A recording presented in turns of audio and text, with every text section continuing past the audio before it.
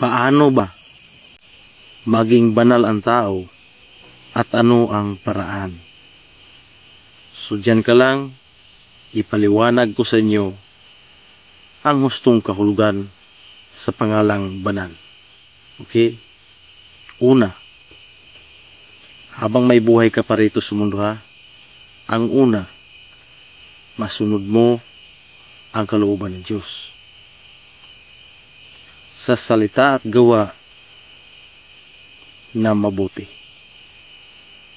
Sinasabi ko naman sa inyo nung una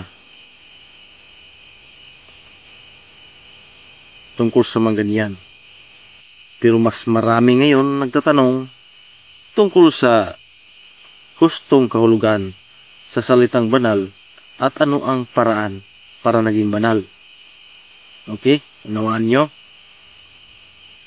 Masunod nyo gali ang mga pagkain na binabawal ng Diyos para yung halimbawa nagbawal siya sa isang uri ng hayop, alam niya na ikasisira niya sa inyo yan sa inyong katawan, ikasisira sa inyo. So ang Diyos ay mabuti, hindi ka magkasakit, hindi ka dumi sa kanilang paningin.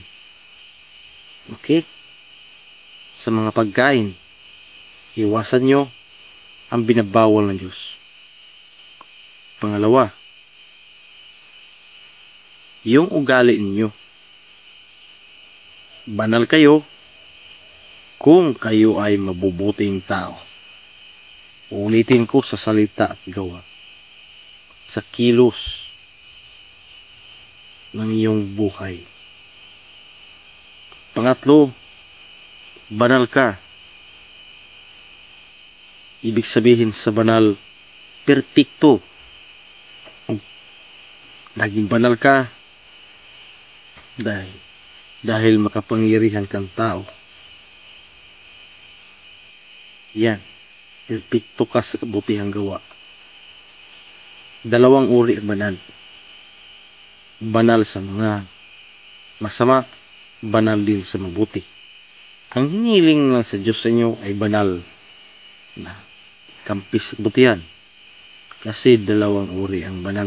Yung isa, banal sa mga demonyo, sa mga masama, katulad ng mga aswang. Okay, naunawaan nyo na ang banal. Ano ang paraan para naging banal ang tao. Salamat kapatid.